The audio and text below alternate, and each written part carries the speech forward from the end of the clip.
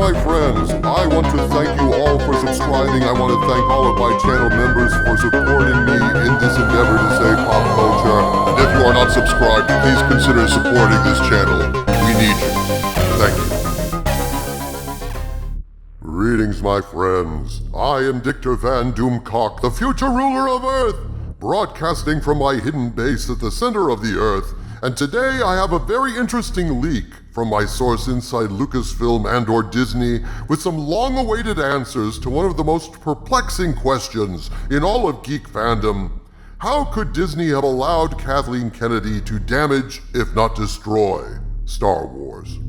How in God's name does a corporation spend $4 billion to acquire perhaps the most lucrative franchise in Hollywood, only to turn it over to a woman who had no respect for this epic narrative whatsoever and viewed it as merely a platform for political propaganda, woke wankery, and penalizing the patriarchy? How did this come about, and why was it allowed to continue to the point where fans abandoned that galaxy far, far away rather than watch any more of that garbage? Haven't you wondered about this, Harvey Cthulhu?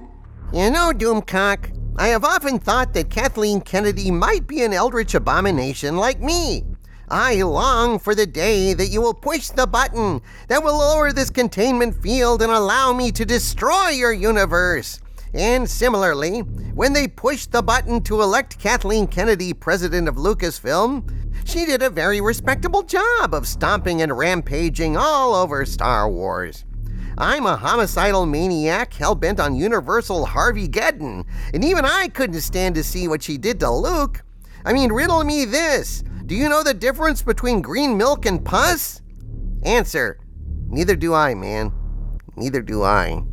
There was no more apt symbol for what Star Wars became under Kennedy than the sight of Luke Skywalker wincing as he was degraded into sucking green juice from a space manatee who looked into the camera as if he was asking for a doll so he could point to where the bad touching was.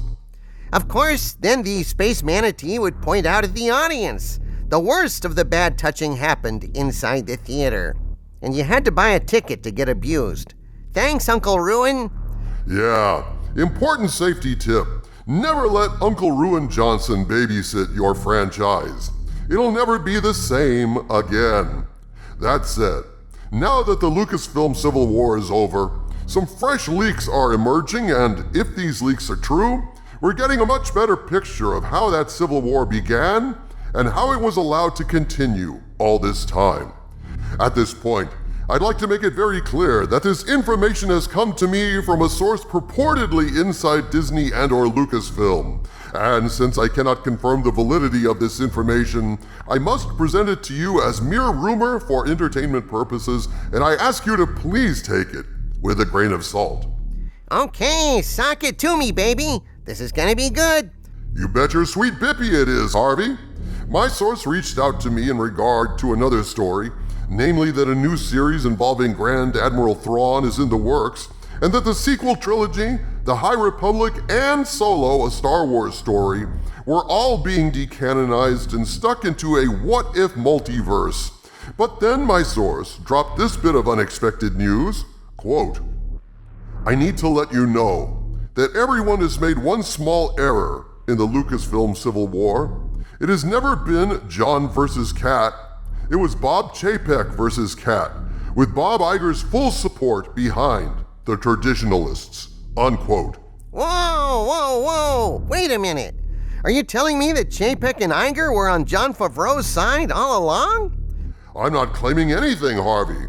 I'm telling everyone to treat this as a rumor. All I'm telling you is this is what I was told. As we move forward in this video, I want the two of us to try and hash this out.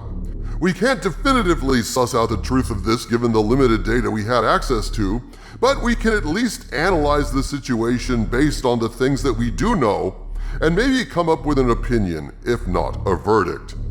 But dude, remember at the Disney investor call when Chapek was asked about the future of Kathleen Kennedy at Star Wars, and Chapek supported her? That was a pretty clear signal of whose side Chapek was on in this Lucasfilm Civil War, wasn't it? That was quite a blow to fans who had been longing for Kennedy's departure for years. People took the comments at face value, and can be forgiven for doing so since most people take others at their word and don't live in the warped mirror maze of the Hollywood funhouse. But let's look at what happened. The Deseret News published an article at the time titled, quote, "Disney CEO Bob Chapek praises Kathleen Kennedy during investor meeting," unquote. The article reported, quote, "Disney CEO Bob Chapek had nothing but praise for Lucasfilm President Kathleen Kennedy during Disney's annual shareholder meeting on Tuesday. Chapek said he is absolutely thrilled with Kennedy and happy to keep working with her, according to Deadline. He said he is looking forward, quote, to having Kathy directing the activities of the entire Lucasfilm operation for many years to come," unquote. I know, man. That is some seriously disturbing shit. How on earth could Chapek have been so strong in his support for Kennedy if this rumor is true? As evil as you are, Harvey, you are not evil enough to think like a Hollywood executive. These investor calls are usually a very managed and scripted affair. Somehow, a question about Kennedy got through the careful prep, and Bob was on the spot. So what did he do? What any exec would do in Hollywood, he gave a gung-ho positive answer, of course, because you only have one mode of presentation in such investor calls, gung-ho positive. You do not want to have any negativity in your presentation that might spook the investors and negatively impact the stock price. To have let it out there that they had no confidence in Kennedy could have caused panic in the markets, as investors do not like instability in a company.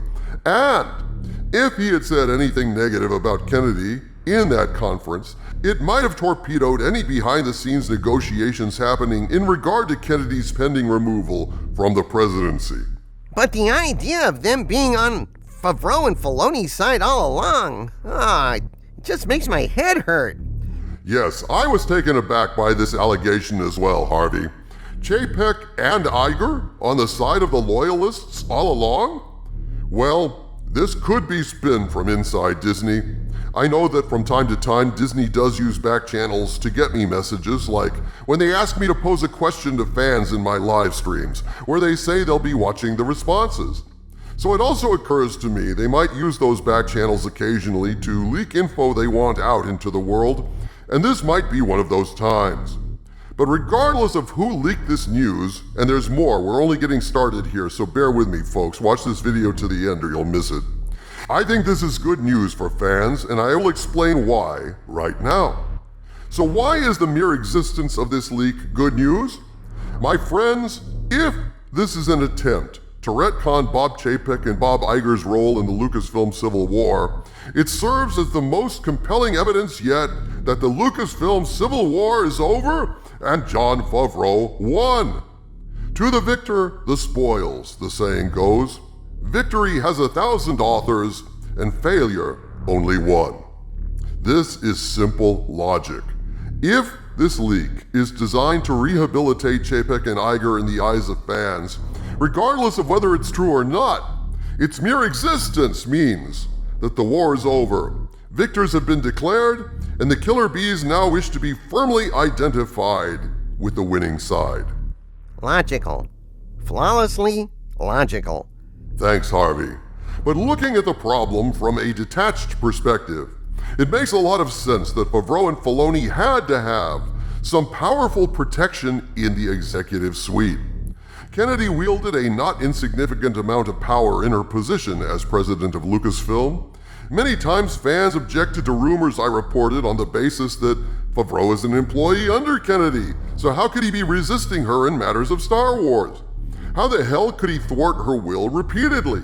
How did he sneak Luke Skywalker into the Mandalorian Season 2 finale without her knowledge and survive that bit of treachery?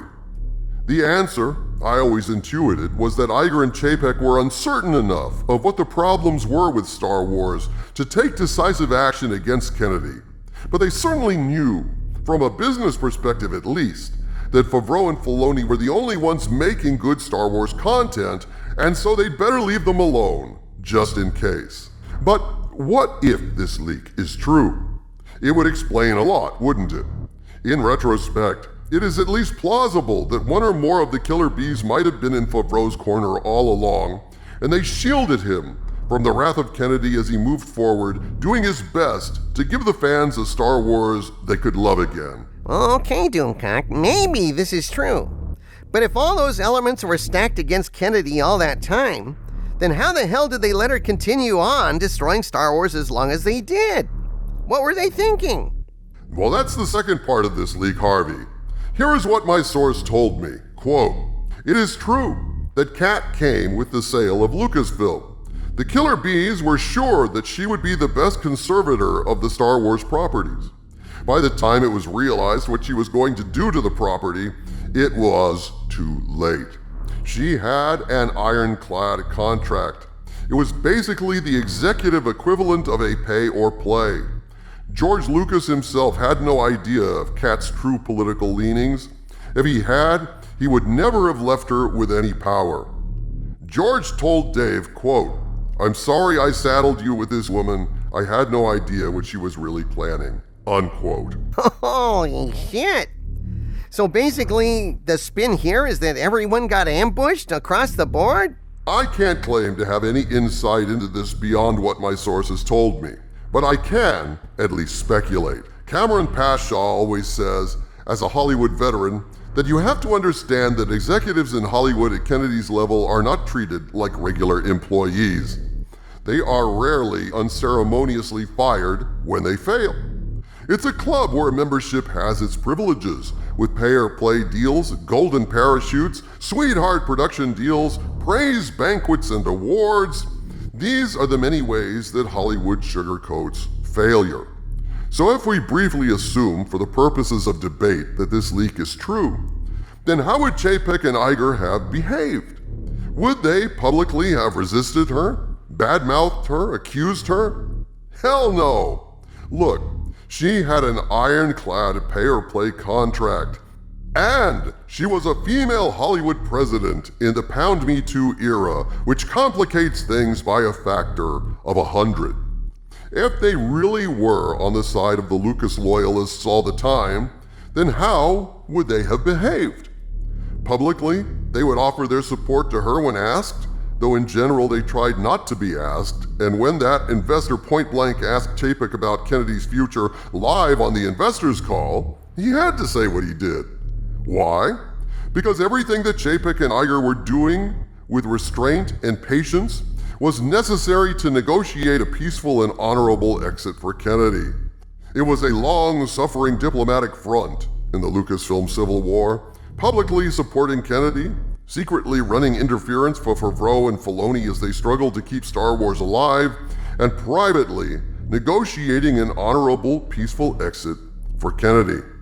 Because bear in mind, Harvey, she had a hefty pay-or-play contract with Disney, so had they fired her, she not only could have gotten all the money that she was owed, but if she was pissed, she could have dragged them all through the mud of accusation and scandal. Yeah. Jeez. It's counterintuitive, but intriguing. It explains a lot if true. Doomcock, Hollywood is fucked up. That it is, Harvey. That it is. As I said earlier, regardless of whether this is a false leak from Disney designed to retcon the truth, or a factual representation of what was really going on behind the scenes, clearly it adds up to one more bit of proof that the Lucasfilm Civil War is over. Naturally, all of this could be disinformation designed to mislead us, so definitely take it with a lot of salt. From the center of the earth, this is Dictor Van Doomcock bidding you all, my friends, stay angry.